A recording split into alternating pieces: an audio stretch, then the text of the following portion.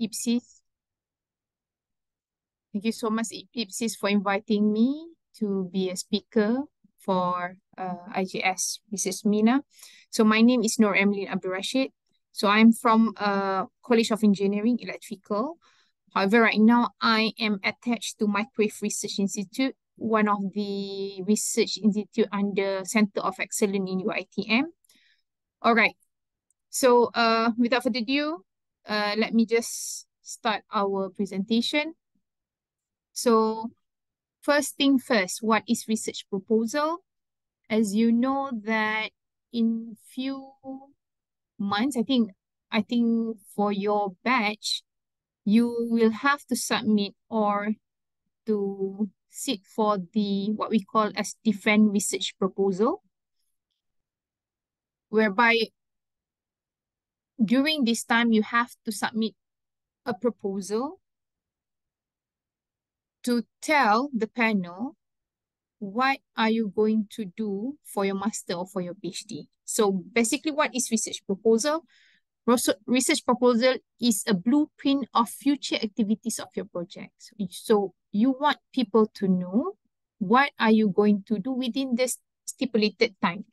So it is some sort of pro-concept framework for starting the activities, and the deals, you have to deal with the ideas about what research you want to do, what objective or methodology you have set, how much time and resources are required to complete it, how the research findings are to be reported. So in short, basically you are proposing a work frame for completing the research from the beginning, from day one until you submit your thesis. Okay. So a group proposal should consist of 3 first chapter of your thesis. So I think you already know that chapter 1, basically you will start with the statement of problem or background information. In that chapter, you also will highlight the research gap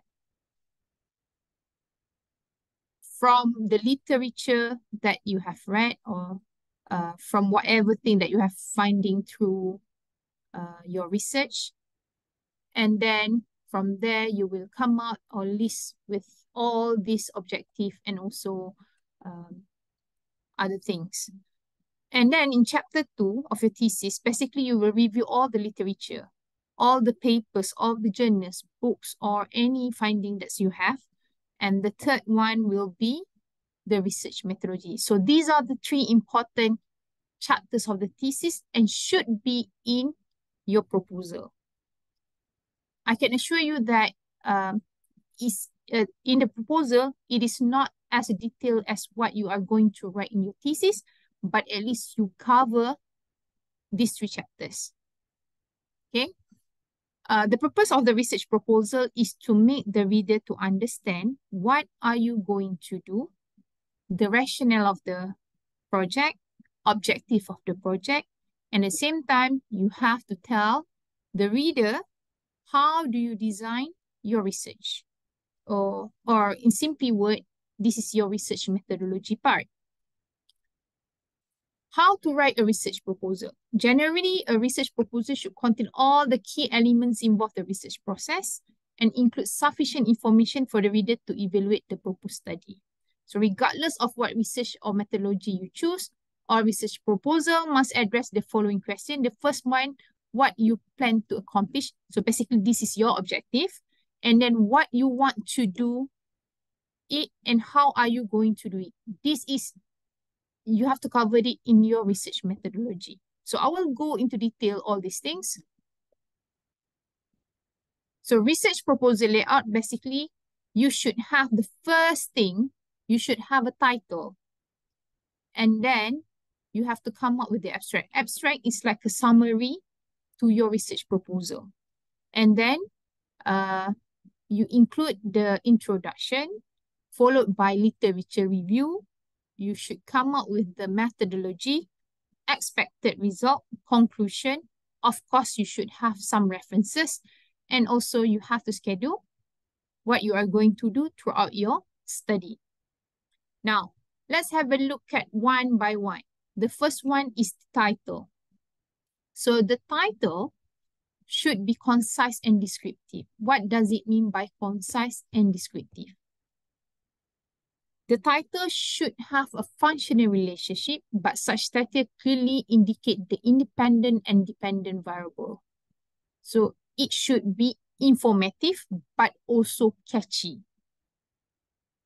And if an effective title not only piques the reader's interest, but also predisposes him or her favorable towards the proposal.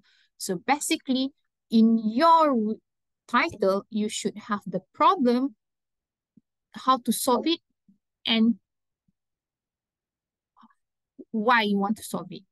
So these are the two examples of the research title. The first one, Malay dialect identification of FFFC features using convolution and long short-term memory neural networks. And the second one, flexible EG-FET-based integrated all-solid electrodes, IAC, for electrochemical ion sensor. So when you look at the example, can you identify the problem? You just go through, if you look at this title, can you identify which one is the problem for both titles? Which one do you think is the problem?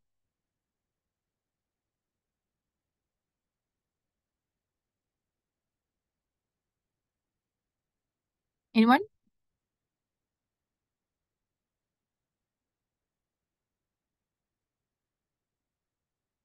Sorry, I cannot. Okay, MFCC. Okay, so basically, they want, for the title number one, they want to identify. The problem is they cannot identify Malay dialect. So how are you going to do this? Is by the second part, which is by extracting certain features. How to extract these certain features? Is by, this is the method, using convolution and long short-term memory neural network. So for the first title, you have the problem, how to do it, what method to use. Same goes to number two. So basically, they want this title number two, they want to design IASE, and then for what? For sensor, electrochemical ion sensor.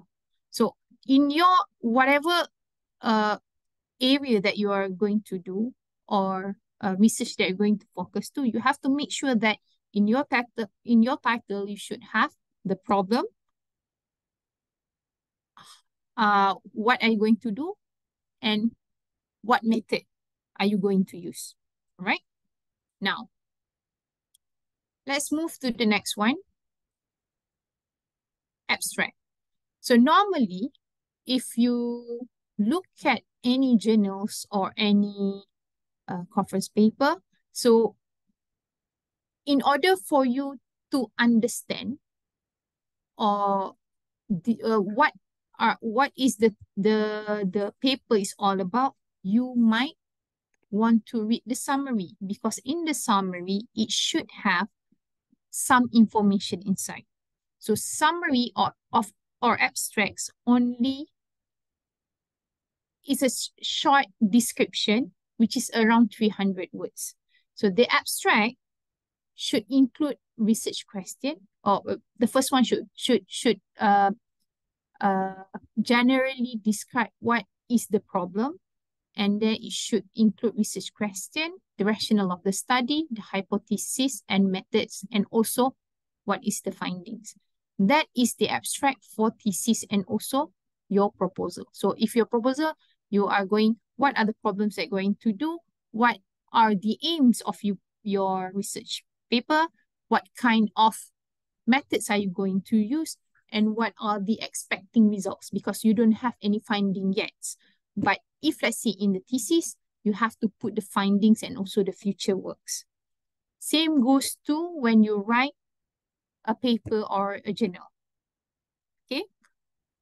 But for thesis, the abstract might, you have to extend more abstract from your proposal, because normally abstract for thesis is like 1 page long, whereas abstract for papers, journals, and your proposal is like half page long. Okay, now we move to introduction. So introduction basically provide the necessary background or context for your research problem. This is how to frame the research problem is perhaps the biggest problem in your proposal writing, because you need to really highlight. Sometimes the student think that they already highlight the problem, but it's actually the general problem. You have to focus on a certain things that you want to solve. Okay. Try to place your research question in the context of either the current hot area or an older area that remains viable, or you can provide a brief but appropriate historical backdrop. Provide the contemporary context in which your proposed research question occupies the central stage. Identify key players and refer to the most relevant and representative publication. Try to paint your research question in broad brushes and at the same time bring it out significance. So basically, in the background study, you will generally start your writing with general statement, and then you will zoom in or focus or narrow your topic into what you are going to solve. So, and then you will have one subsection which is highlight the research problem. Okay. The introduction generally covers the following elements. State the research problem, which is often referred to as the purpose of the study. And then you have to provide the context and set the stage for your research question in such a way as to show its necessary importance. You have to present your proposed study, clearly indicate why is it worth doing, and briefly describe the major issues and sub-problem to address by your research. This is what I said. So you have to first describe the major issues and then the sub-problem. The sub-problem will lead to your objective. Okay? We will look at it later on. And then the introduction also should identify the key independent and dependent variable of your experiment, state your hypothesis or theory, and then set the delimitation or boundaries of your proposed research in order to provide a clear focus, provide definition of key concept. This is optional. Okay, so in your introduction, you should have all these elements. If you look at it carefully, so first introduction of the chapter. So basically this is briefly you said that in this chapter 1, you will have this point, this point, this point. Okay, and then you will go into the first subsection, which is background of the current research. And then here you will highlight the problem of the current research. If let's say, like I said, how to find this problem is by reading, okay? And then you come up with the hypothesis. So if let's say this is the problem, what are the things that you want to solve and how are you going to do it? And then you have to come up with the research question. From the research question, you will list all the research objective. And then at the same time, you have to highlight why are you going to do what are you going to do with this area? What are the significance of this study? So how are you going to contribute it in future? And then you have to come up with the scope of study, because sometimes the area that you are going to focus is very broad. You have too many parameters. Sometimes you have limitation in terms of your, for example, equipments, or you have limitation in terms of to access the data. So you have to highlight your scope and limitation of your work. And then, of course, sometimes you need to define a certain terms, and please make sure that you have like like 3 or 4 sentences to conclude of your chapter. Okay, now, I think you have gone through this research question. So basically, why do you need research question? Because research question will relate it to your problem statement, and then it will somehow narrowing the topics that you have. and then it will connect to the objective. Because you need to know, when you read something, when you come up with the problem, of course, you are trying to question something about it. So for example, if let's say you want to solve something related to the Malay dialect just now. So of course, the first thing that you want, the question in your mind is that, so what are the distinct features that this dialect have? What are difference between dialect 1 and dialect 2? So how am I going to distinguish between this dialect? See, you come up with a question. Okay, now, what are the method? The second question might be, what are the best method to use in order to differentiate this dialect? And probably the next question might be, how am I going to make sure that the methodology that I use is correct? You see? So when you have all these questions, you will somehow link it to the objectives. For example, just now for the question number 3, you want to know whether the method that you use is correct or not. So the objective should be how to validate the methodology that you use. Can you see it? So research question can somehow connect it to the objective. Okay, so how to come up with the research objective? Definitely research objective, we refer it to the SMART attributes, which is specific. Your research objective should be specific. S is specific, M is measurable, A should be achievable, R realistic, and T time frame. Why is it specific? Because you want it to make sure that you can achieve it.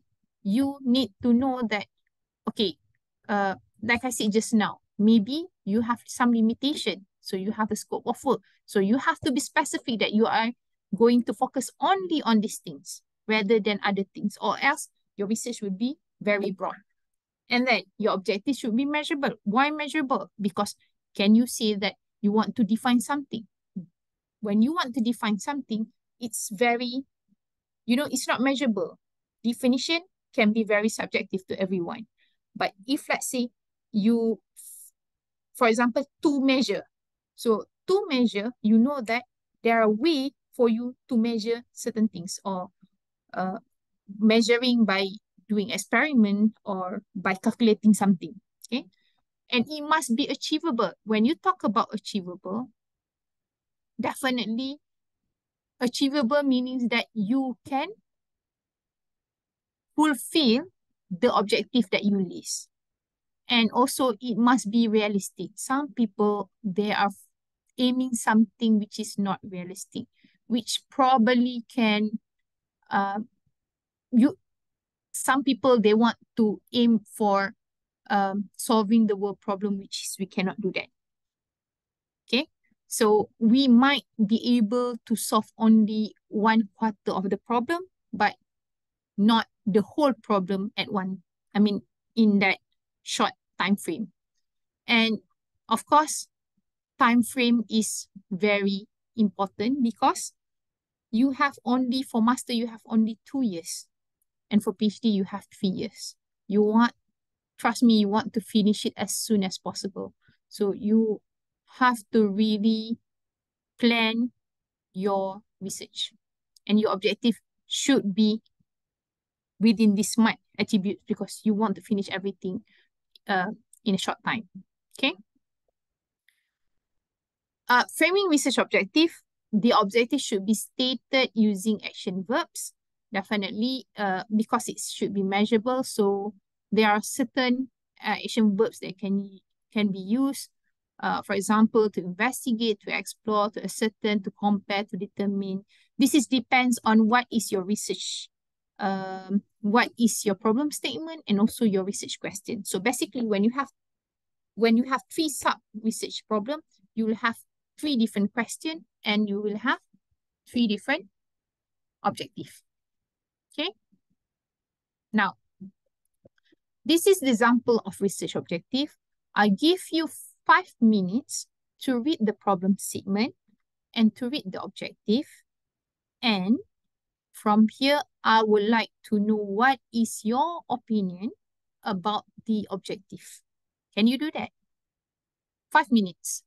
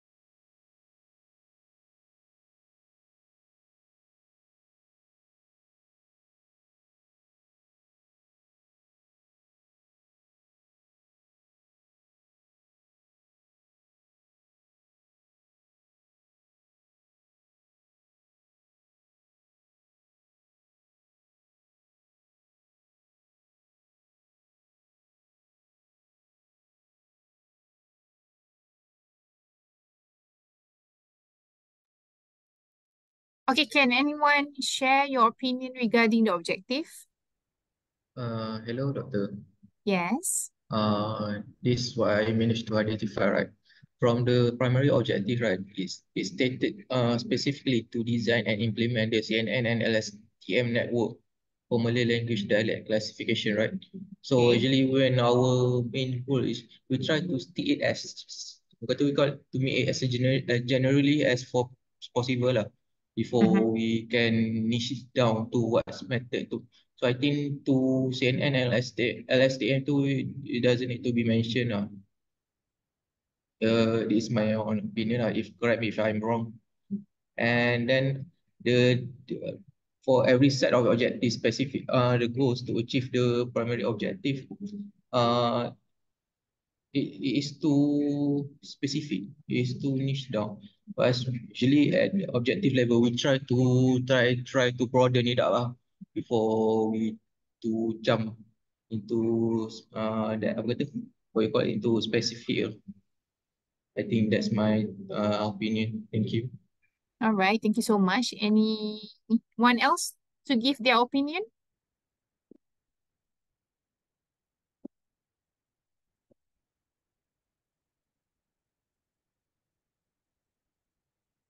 Anyone else? So what your friend said that the objective is to detail and focus, right?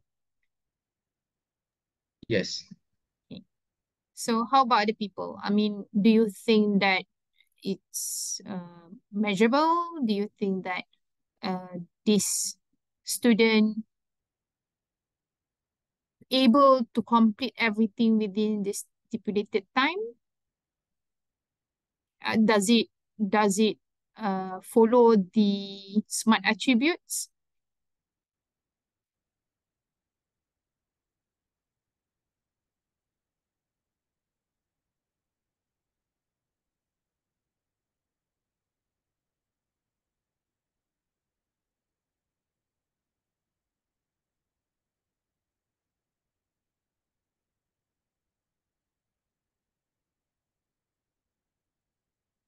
Anyone?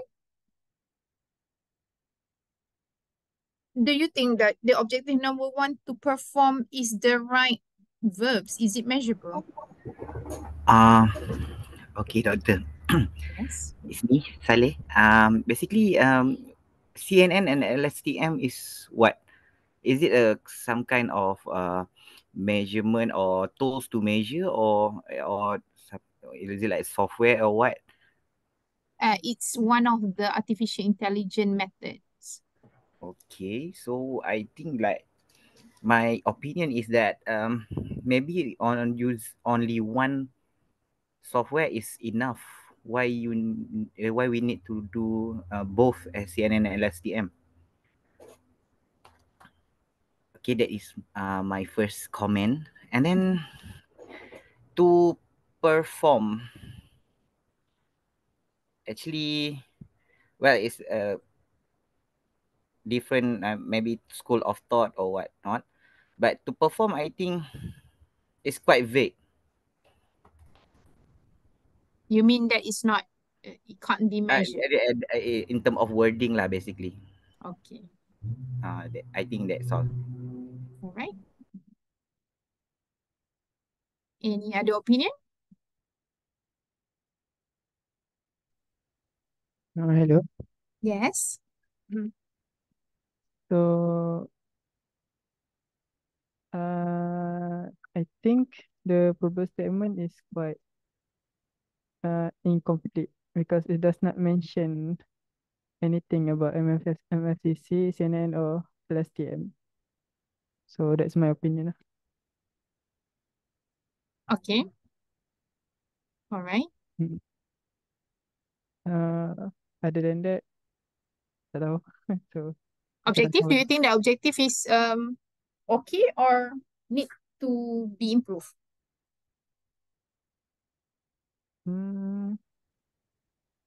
I think the objective is okay good. Like, Okay, one last opinion. Anyone? Doctor, Yes. I think that is to perform is not very detailed. It should be something like how to perform the feature extraction. Should be more detailed in my opinion. All right, okay. Tadi dia ada lady yang nak share her opinion. I'm associate in objective. I think the first two word to perform to clarify is not suitable to use in this word is not suitable. It needs to use another word. All right. Thank you for your opinions. Okay. Let me just answer a few things. Of course, the problem statement is not complete because there should be the background study above it. So if let's say you read from the beginning until the end, you might think that the problem statement is correct because it focuses on certain things only rather than a broad area or a broad description. As for the objective, yes, for objective number one, to perform. To perform is not measurable. It should be, instead of to perform feature extraction using MFZC on Malaysian dialect, the student should just directly put to extract features, because extract is measurable. You can, extract certain things, certain information from, let's say, a signal. So instead of to perform, it should be to extract features directly. Okay. The CNN LSTM is a method. One of you just now said that it's to focus. It is good to be focused because you already know and you can save more time by focusing on something. And then the third time, for the other comment from your friends, whereby why you need to use two types of paradigm or technique to do the classification, which is CNN and LSTM. This is depends, because now CNN, LSTM neural networks, you don't have to basically write the algorithm from the beginning. There are certain software that already have built in CNN and LSTM techniques. So if, let's say, you just apply and plug in, so you need, normally, certain panel might ask you to do some comparison in order for you to, in order to make sure that you have contribution in your research. So by having, by doing the comparative study between CNN and LSTM, so meaning that the student will know that which one of the method is faster and more effective. All right. So Doctor, sorry yes. to intervene, but to compare the performance of CNN and LSTM, this is two measuring tool, right? Based on the recent developed AI measuring tool that I read, there is some info that I would like to share out. Most of the scholars agree to upon applying a hybrid model, because as tools getting more complex and complex here, so did the data. The evolvement from traditional tool that we use, and then until now, the advent of technology, most scholars agree upon to apply a hybrid lah. So I think that's my 2 cents. Sorry. Yeah, that is correct. This student is already graduated. So this is like 5 to 6 years ago punya proposal. So during that time, CNN and LSTM is a new thing. So what he did is just to compare which one is better. But yeah, I do agree with you that now the technology evolved. So instead of you just using the CNN, the normal CNN and LSTM, you can do the hybrid one, or you can develop your own or make some improvement or advancement on the CNN or LSTM. So yeah, for now, if let's say you do the hybrid or advancement of this two technique, then you can claim it as a novelty. But when you use the basic algorithm, which is CNN or just LSTM, so if you just plug in and you just apply whatever that algorithm that have in the software or in the market, then you can just do comparison in order just to see that, okay, for this application, this tool might much better than this one, because different application will adapt efficiently with different tools. So there's nothing wrong because this is a master student proposal, so there's nothing wrong by doing the comparison, meaning that he just highlighted that this technique is much better than this technique for this particular application. But of course, for a certain other application or for certain other students, you might need to develop your own algorithm. So in that case, you don't have to do the comparison, but you only have to do the validation of your algorithm. All right? There's nothing wrong with do comparison or you doing your own algorithm or using the advanced technique.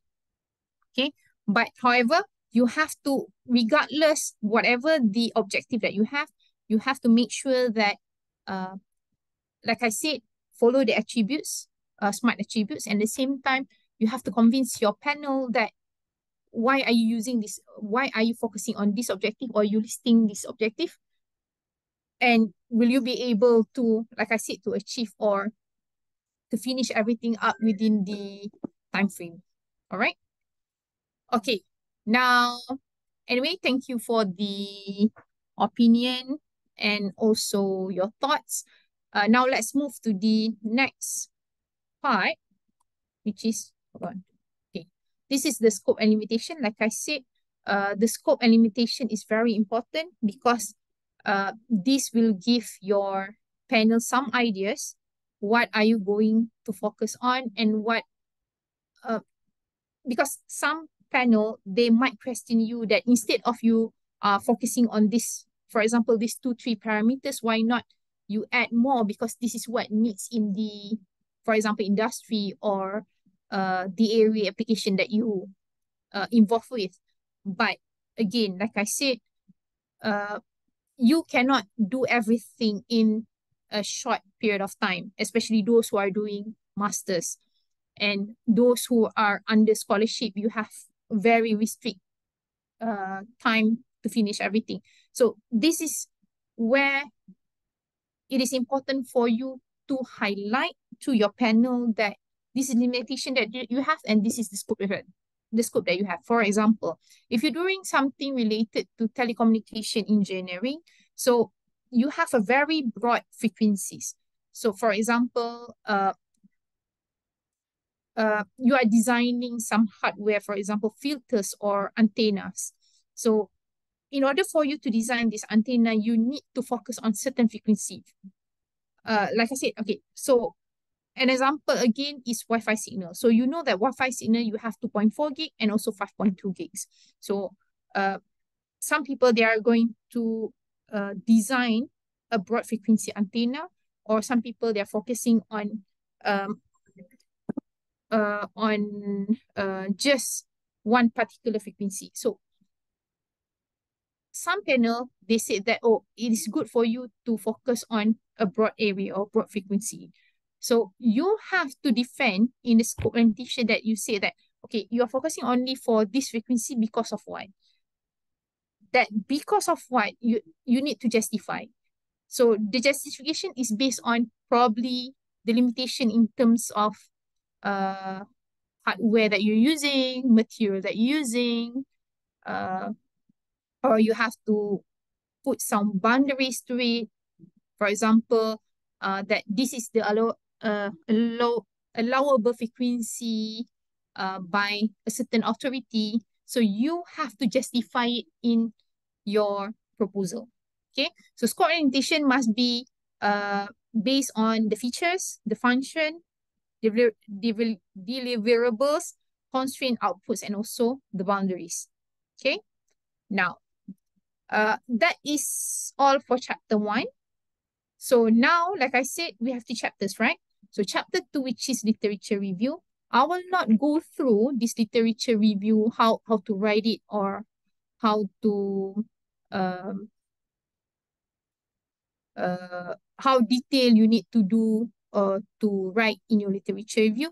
But basically, this chapter should thoroughly discuss the following thing, which is introduction of the chapter, and then a review of literatures relevant to the current research, review of literature relevant to theories, you punya research framework, hypothesis development, and conclusion of the chapter. Like I said, I will not go through this because you already go through the literature module, I think, yesterday or this morning.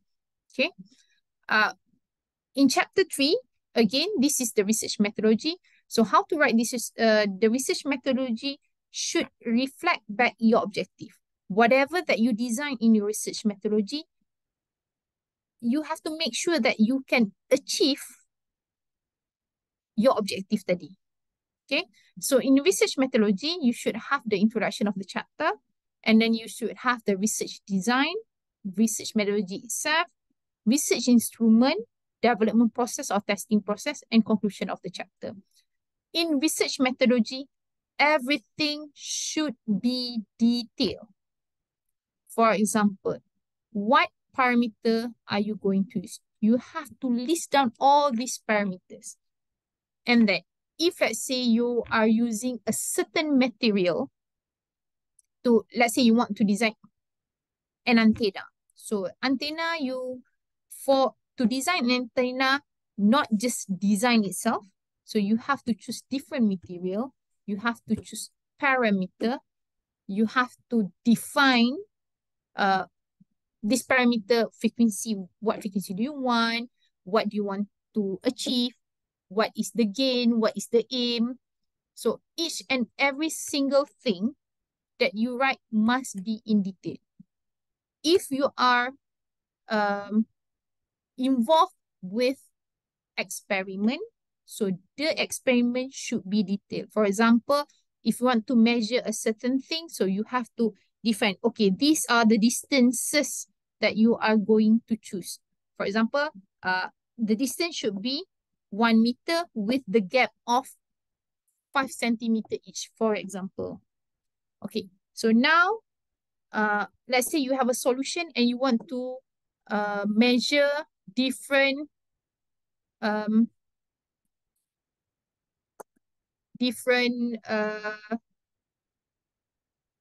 solution, or and this solution you should dilute it. So how to dilute it? For example, you put some water, and this water, the dilution to what you have up until 50%.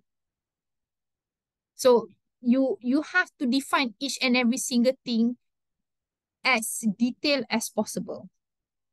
Okay, so if let's say you want measurement using a certain devices, so these devices, how the measurement setup should be.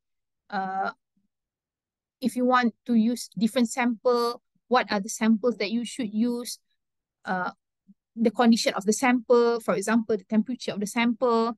So like one of my colleagues, he is trying to classify different type of coffee quality. So in order for him to know which coffee quality is the best, so he needs to measure the coffee beans from day 1 until day 14, because they said that after day 14 the coffee bean is not as good as day 1. So this is due to first oxidation, and then because of the temperature, because of the moisture. So he need to measure this coffee bean from day 1 until day 14, for example, with the gap of 2 days. And then he need to measure what are the temperature on these days. He need to make sure that the condition of the room. So if let's say macam because he's in the office normally we don't have aircon at night. So you have different type of different temperature punya setting during that time kan. So he need to measure and really calculate each and every single thing. So everything dia kena put in the methodology tu. So because kita akan, whatever the conclusion that we have from there, so kita akan relate back to the factors and also the condition yang ada during that time. So benda ni, the research methodology ni, you have to consider each and every single thing. So during that DRP, the panel might ask you, why are you using this temperature instead of, for example, kalau you nak boil boil coffee, you tak boil at 100 degree, right? So why are you using yang boiling water? Why not? Some of you are using just kowe punya water. So ada difference kat situ. So even the taste pun will be different. So contohnya bila you nak coffee kan, what are the different, if let's say you just put milk from the fridge rather than you froth the milk. So ada difference pun. Froth pun ada certain temperature that you have to use in order the froth tu memang sedap betul-betul rasa dia. So these are the things that you have to put in research methodology, and you have to justify why are you using that. Why you design benda tu macam tu rather than the other way around. Okay.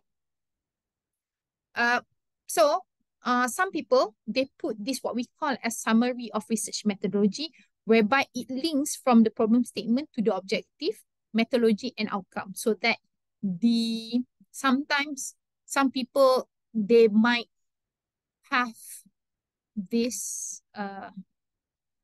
problem or limitation in terms of writing. So in order to make it clear to the panel or to the reader, they come up with this what we call as summary of research methodology. It's quite good because you can say that, okay, for the problem statement 1, so basically in order for you to solve this 2 problem, so you have to come up with this objective. So this objective basically akan cover 2 problem statement, and you tengok objective number 2, they cover the 3rd problem statement.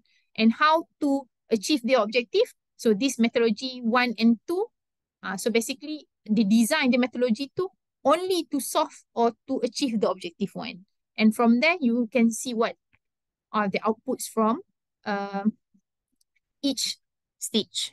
Okay, so this is not compulsory for you to put, but it's what we call good to have lah. All right. Okay, of course, you have to put timeline and schedule. This is to convince your panel that you will be able to finish everything up within the time frame. Okay, so if let's say your project is for 2 years, then you have to really convince lah, macam okay, background literature, berapa lama you nak ambil masa to study and explore the features of algorithm. Definitely you have to consider that you have to write the program, you have to understand what are these features, you have to understand the structure of a signal, for example, and how to do testing. So this should be, the timeline or schedule must be realistic. Okay. Of course, for master, try to target to finish everything up by you should target to have a minimum period of time. For example, master 1.5 years and PhD 3 years. Don't be surprised. Some of the students, PhD students, they manage to finish everything up until I think end of 2nd year, they dah finish everything. So by 2.5 years, they dah submit the thesis. Boleh. It's possible. It's doable. Okay. All you need to do is discipline. It is good if let's say you attach to a certain grant, because grant ni, you have a specific schedule, especially grant yang if let's say if you don't achieve this milestone, they won't wire the money to you. So you will have to make sure that you must achieve it because you need that money. Okay, so it's good to have that, but or else you have to be disciplined. You have to make sure that you go and see your supervisors let's say every week. You should consult them kalau boleh, if possible. Macam I do in our team dekat MRI, we have a monthly colloquium. So monthly colloquium meaning that the student, for each this colloquium, they need to present their progress. So basically we will compare progress yang bulan lepas, the following months dengan this month. So normally I will ask them to buat instead of monthly punya schedule, I will ask them to do it weekly punya schedule lah, sebab lagi fokus. But as for the proposal, you should just put it in terms of monthly lah, what to achieve. Okay. And then of course, sebenarnya in the proposal you should have an expected result, but it's good to have a preliminary result, because by the time you do your TRP, it should be like you already finished 6 months of your study period, the first 6 months of your study period. So during that time, you should have a preliminary result, unless you are designing from the beginning until the end. Let's say you design the whole system. So when you design the whole system, some of you might have to design the hardware. So hardware too, it might take some time for you to get the components and everything, but at least you have designed, you have done some simulation work lah. So it's good to have a preliminary result to show that you have come up with something. You already have something within these few months. Dia akan kasih some confidence to your panel that you can finish everything within the time frame. Okay, in the expected result and preliminary result, the section should give you a good indication of what you expect to get out of the research. It should join the data analysis and possible outcome to the theory and question that you have raised. It will be good place to summarize the significance of work, and it will be good if you can provide some preliminary result to show your progress. I would be happy if the student show me some preliminary results, because I know that they have done something. At least they have achieved objective one. Sebab for master student 6 months tu memang lama, and kalau for PhD student, I think you will be sitting or presenting your DRP within almost like 8 to 9 months. The 8 months, if I'm not mistaken. So you should have done something lah. And some people, they already have one publication during that time. So for those yang expect to like upgrade from master to PhD, so you have to make sure that your result for your DRP will be result 1 and 2, and you can submit for upgrading to PhD within 1 year. Okay.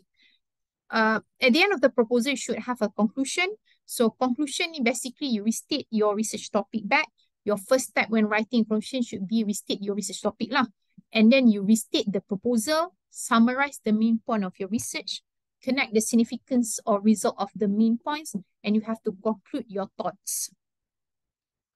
Of course, you can list down all the references. Definitely references should focus the first few, the most relevant in the 5 years, and the most recent references, preferable those of international research journal. So make sure that within the list to at least 20% must be from journals. Avoid gray literature, textbook, or online or web references. Some rules when citing references in the proposal, you have to refer to the format. Format ni refer to your faculties, because different faculty will have different format. Normally because I'm from electrical engineering, so we are referring to the IEEE format. But for other faculty, I'm not so sure. You have to ask your graduate office. Okay. So what are the tips and tricks? Definitely you have to take notes, you have to read. You have to talk to your supervisors, experts and fellows. For the first few months tu, kalau boleh, you go and see your supervisor like what? Twice a week. You need to get that momentum. So during that time, you still have no idea what you're going to do, what you're going to focus on, whether what you have read to, is it correct? Your understanding is correct or not? So you have to go and see your supervisors, discuss with them. If let's say you have some confusion, this is the right time for you to discuss. And then you have to write topics and topic. Get confused, get afraid. Why I'm saying that you have to get confused and get afraid? Because if you are really comfortable with what you are involving with, this is when you start to detach with your supervisor, because you think that you already know it. Like I said, you have to talk to your supervisor and experts. Okay, and then you generate a number of research questions, systematize research question, cut down this in line with your current thinking. There's some tools that you can use. Phrase bank. During my time, we are using the phrase bank a lot, because we tend to repeat the style of writing. So Bank Manchester is very helpful to us. But nowadays you have all the AI tools. You can use Perplexity, you can use ChatGPT, you can use, what else do we have? Gemini. So you have all these tools. But please remember, whenever you use this tool, you have to really know how to ask the AI what to write. You have to make sure that you read it, because sometimes AI is not human style writing. So sometimes even you don't understand what the AI writes for you. So you have to read it. And I have this experience whereby students use AI. So you can sense that you know what, we as academician, when we read student proposal, we know whether the student write the proposal by themselves or they just totally use AI tools. Okay, because AI sometimes, if you don't know how to use AI, you tend to repeat the same thing all over again from one paragraph to another. So to use AI, you need some set of skills. So you nak guna AI pun kena ada skills sebenarnya. So you cannot just simply just use it. You have to know what to ask. You have to very detail. You have to ask the AI detailed information. You even have to provide AI some detailed information. You memang kena provide information too. You cannot just simply ask AI to just write it for you. And sometimes AI ni give you false information. So kalau you tak baca that, you don't have some prior punya understanding about the topic that you want to choose. So probably AI akan give you false information, which is nanti you akan write false punya theory ke apa lah. So you have to be careful. But it's good to have AI. During my time when I did my PhD, it is very difficult for me to write. It took me like months to finish my thesis. Tak boleh tidur malam. When you go and see your supervisor, basically supervisor told you to rewrite it back. 60% whatever that you have write to, you kena rewrite balik. So now you have AI tools. Like I said, try to find a way, belajar. I think dekat UiTM ni we have we already provide some seminars, webinars that teach you how to use AI. AI punya whatever AI tools that we have in online tu. So you boleh belajar how to use it. Kalau those in electric engineering ni, I know that one of the lecturer tu selalu bagi talk, which is Dr. Prof. Madia Ahmad Ihsan. So dia selalu bagi talk on how to use AI, how to write. Even kita orang pun diajar how to use AI ni to write journals and everything. Tapi there's a way of doing it. Bukan just simply just ask AI to do it. Okay, so these are the do and don'ts. So you have prepare professional looking proposal. So it's not just for the sake of you not do the proposal and you just write and hoping that your supervisor amend it and write it for you. No, because you have to bear in mind that when you go and defend your proposal, you have to know each and every single thing, or else the panel know that you are not well prepared for it lah. Okay, you have to make it interesting, make it informative and meaningful, write easy way to read, present contents in a page, use clear heading or subheading, be concise, precise. Jangan macam you write a novel pula, you tend to use flowery punya. Yes, you have to make it interesting, but you don't have to. Some people they have the writing style yang macam English writing style where flowery, more towards novel punya style of writing. No, we are SNT punya people. So normally SNT punya people, we write things precise and concise. Okay, straightforward, no flowery. Okay, check spelling and grammar. Some panel, they easily annoyed if let's say you have spelling grammatical error. Present it in accurate and acceptable format. You have to be meticulous. Check each and every single thing. Jangan format berterabur. You just don't just ignore whatever spelling punya error or grammar error. Check it. AI tools ada. You can use Quillboard. You can use macam-macam. You rasa macam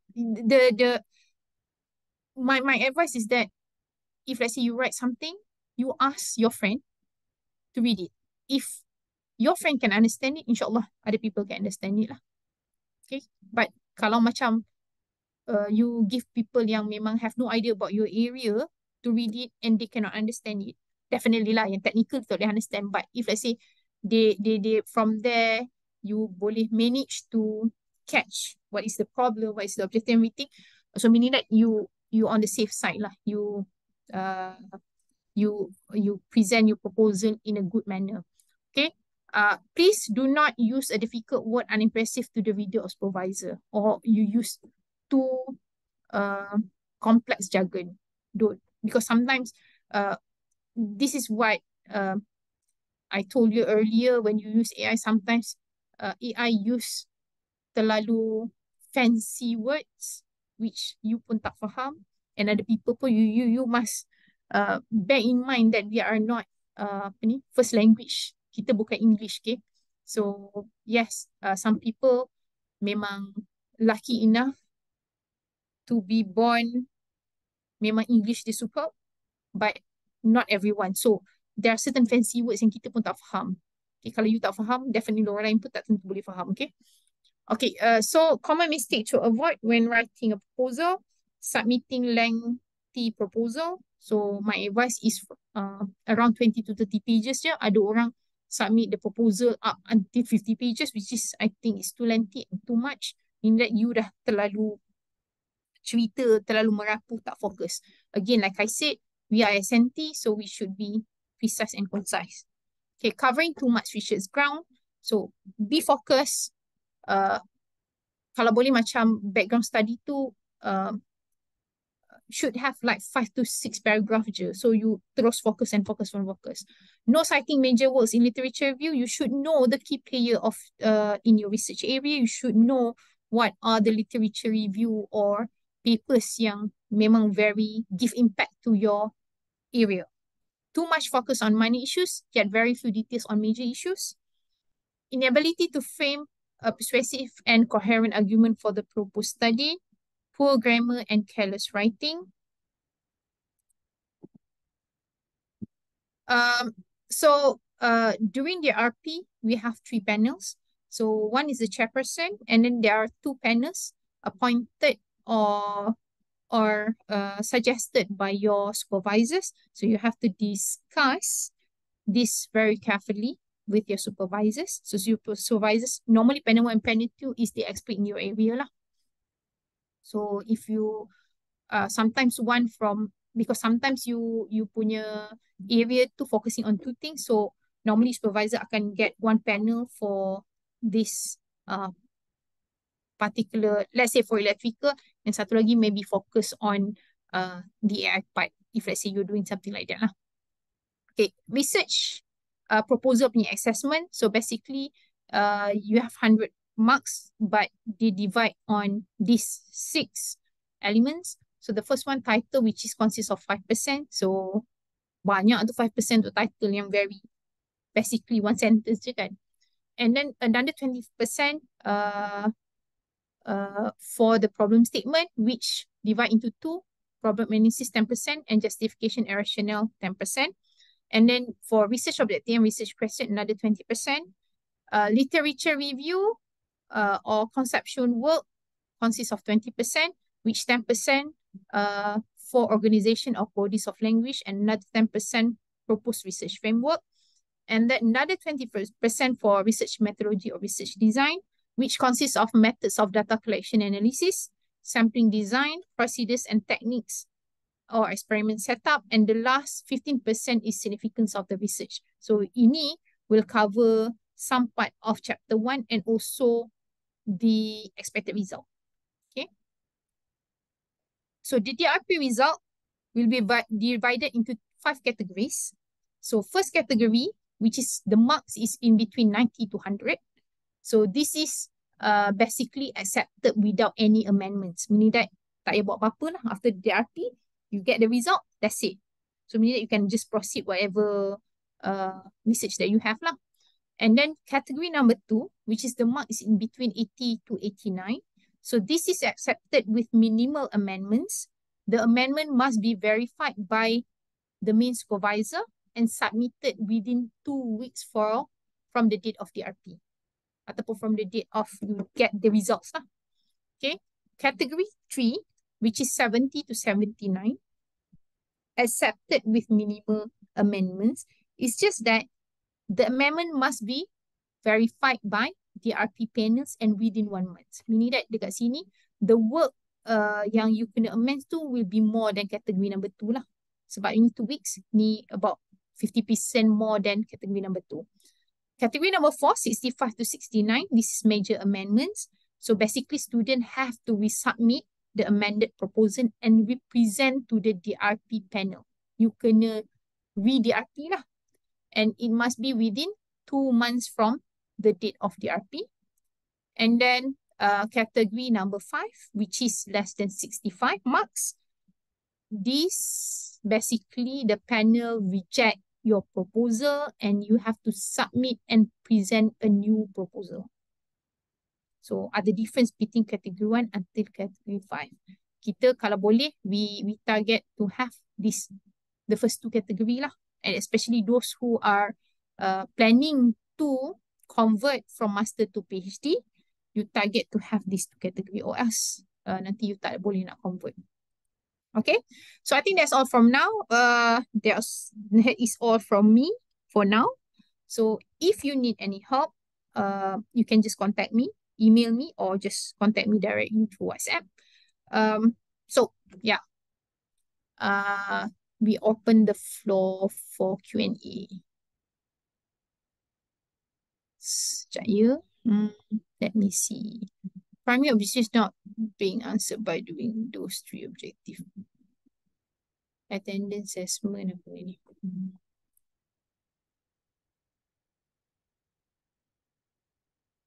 If we use a modified algorithm, do we need to explain the basic algorithm in the LR, then describe what modified? Doctor, I have a question. If we use a modified algorithm, do we need to explain the basic algorithm in the LR and then describe what was modified in the methodology, and can we, or we can just explain everything in the methodology? So, if you have a modified algorithm, the basic algorithm punya theory tu you should describe dalam research methodology. Yes. And then from there, you akan ada equation, dan the equation tu you akan cerita dalam methodology you. Because methodology basically you dah nak, methodology you need to, you design the methodology tu based on your objective. So bila yang modified tu, everything you should cerita dalam methodology. But the basic one you still have to cerita dekat literature review. Sam Doctor, could you re-show the earlier slide how to make your research title? Okay, hold on ya.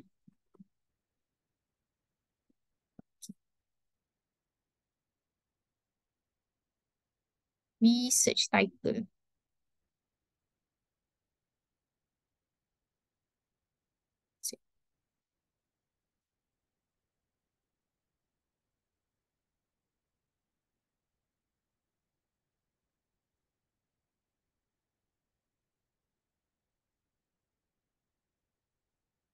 Don't worry, this slide will be shared with you later on.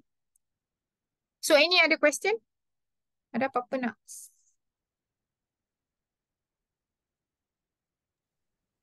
Kau doktor boleh nak tanya soalan ke? Yes. Saya Soleh Amin, nak tanya doktor lah. Okay, so during master dulu saya ada menggunakan alat lah. Jadi dekat masa sekarang tengah further PhD, so masih menggunakan alat yang sama. So adakah apa ni, just nak minta pandangan lah. Jadi dari segi penceritaan berkenaan alat equipment tu mungkin akan jadi, saya akan cerita juga ketika PhD level ni. Jadi ada tak, boleh ke bagi cadangan atau pandangan apa yang boleh saya bezakan penulisan berkenaan dengan alat tersebut compare dengan master untuk PhD lah. Maksudnya adakah lagi detail ke?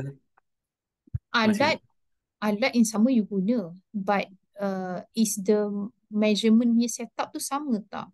The material sama tak? maksud saya dari segi detail berkenaan dengan alat tu maksudnya. Alat tu tak perlu ni pun, you just describe apa alat tu, why you need to use the alat, how you going to set up the alat lah. Kalau if let's say the things sama dengan waktu PhD, it's okay. You just as macam mana you describe waktu master tu shouldn't be a problem. Yang membezakan you adalah, again, are you going different material? Are you going to use different parameters? Itu patutnya ada beza. Sebab objektif you dah berbeza dah from master and PhD. So the setup, the material, the parameters semua tu should be different. But the equipment tu definitely akan sama. Unless setup untuk equipment tu berbeza. Okey, faham Doktor. Terima kasih. Sama.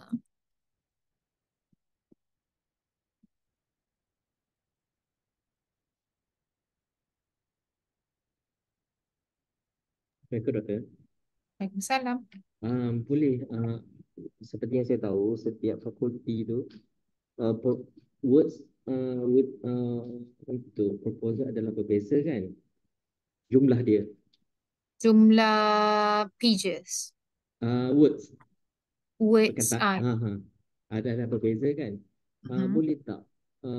Boleh tahu yang secara yang kami boleh refer lah. Setiap topik tu, section tu berapa persen?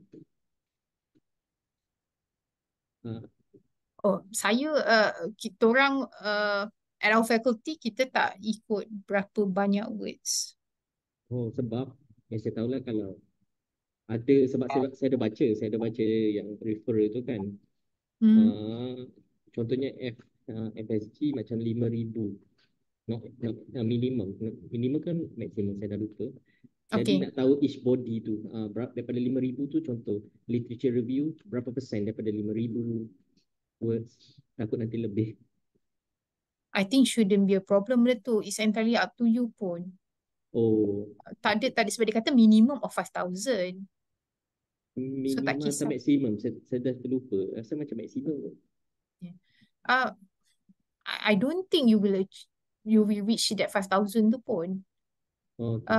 Sebab normally SNT we normally have more diagrams kot dalam tu. So you describe pun macam parameter and everything tu semua you boleh put it in table instead of you describe benda tu. So you kena pandai guna diagram.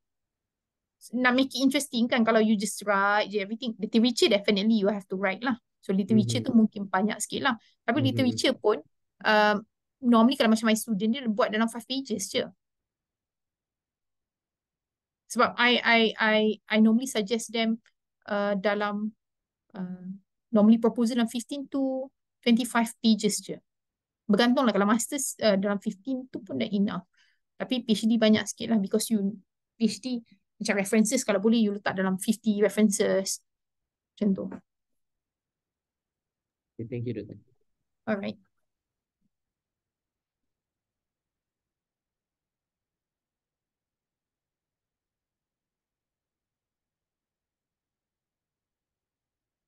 Okay, ada one question. Salam Doktor, may I ask, as it is suggested for us to do preliminary study that support the expected result, at which part in the RP should be elaborate on the preliminary study?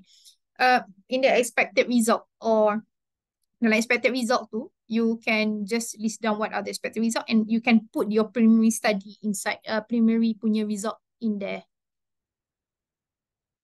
Or preliminary study is solely for our references. No, preliminary study, bukan preliminary study, preliminary result normally yang I ask you to put. What are the best number of research objective for PhD? 3 to 4. Jangan lebih pada tu. Kalau too many. If we had developed the objective of the study, what should we do next? Should we design the problem statement from the objective? No. You should design your problem statement then objective. Normally problem statement, research question, objective. Then from there methodology. You jangan you jangan design. I tahu ramai student buat lah, dia dah ada objektif dulu, then baru dia design problem statement tu untuk dia dapatkan balik objektif tu. No. You should understand you kena buat dulu you punya problem statement, then problem statement tu baru you buat objektif, because objektif ni basically you nak solve you punya problem, bukan the other way around. Okay. Any other question? Ada tak?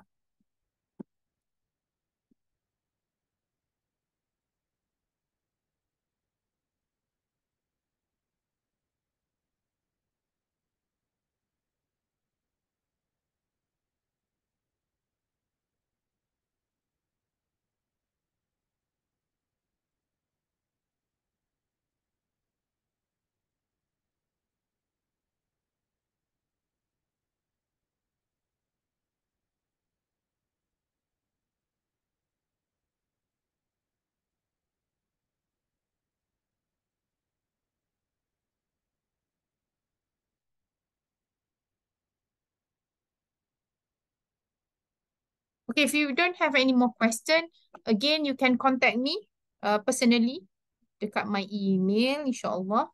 I normally check my email every day, or you can just WhatsApp me.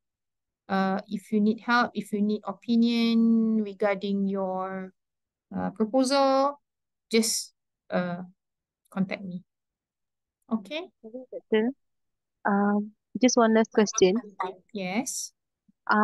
Where should we put the expected result? Expected result should be after your research methodology. So it should be in one chapter as well. Sama Yes, one dengan chapter. oh, Dia sebenarnya kan, dia macam when you write a research proposal ni, it's like you write a thesis. Thesis you have chapter 1, chapter 2, chapter 3. And then chapter 4 is your result. So dalam research proposal, sebab research proposal kita tak ada result punya section. So like I said, you have the first 3 punya result, and then you should have expected result. Expected result ni adalah basically they reflect balik you punya objektif. Okay, so you akan ada one section khas untuk expected result. And the expected result tu you can put your preliminary result.